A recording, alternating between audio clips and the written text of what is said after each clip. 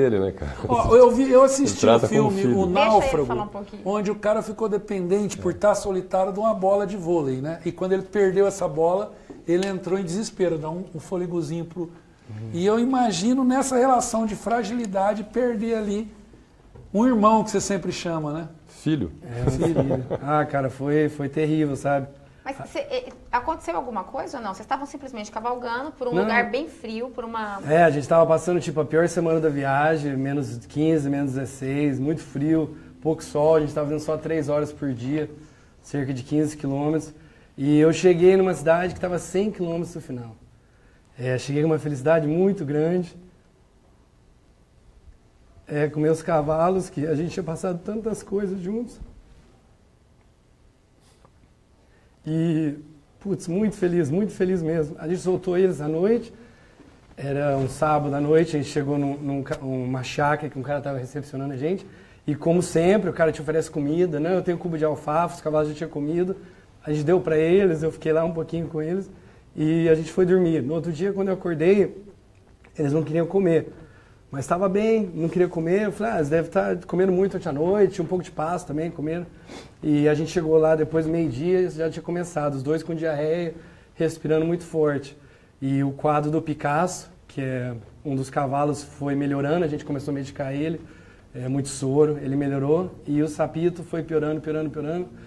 10 horas da noite ele estava muito mal, eu passei a noite inteira com ele acordado, tentando fazer tudo possível para salvar a vida dele. E, infelizmente, eu estava no meio do nada, sabe? Literalmente o fim do mundo.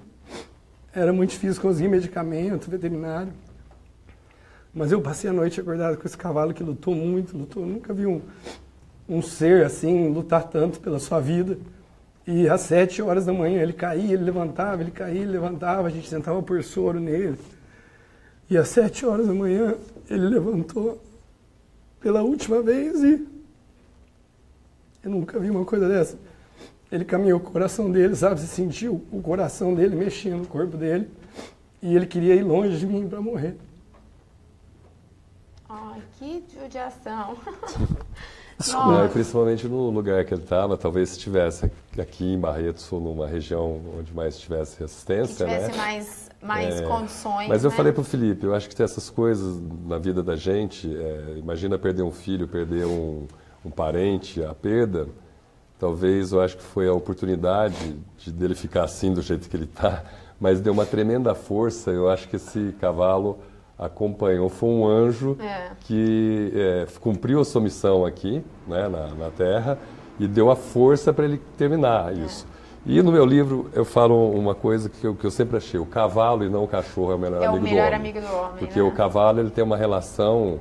É muito forte, né, cara? Então, assim, eu vejo toda a história do Felipe e o livro dele tem uma narrativa que é quase um filme. Ele contando as histórias, parece estar assistindo um filme, né?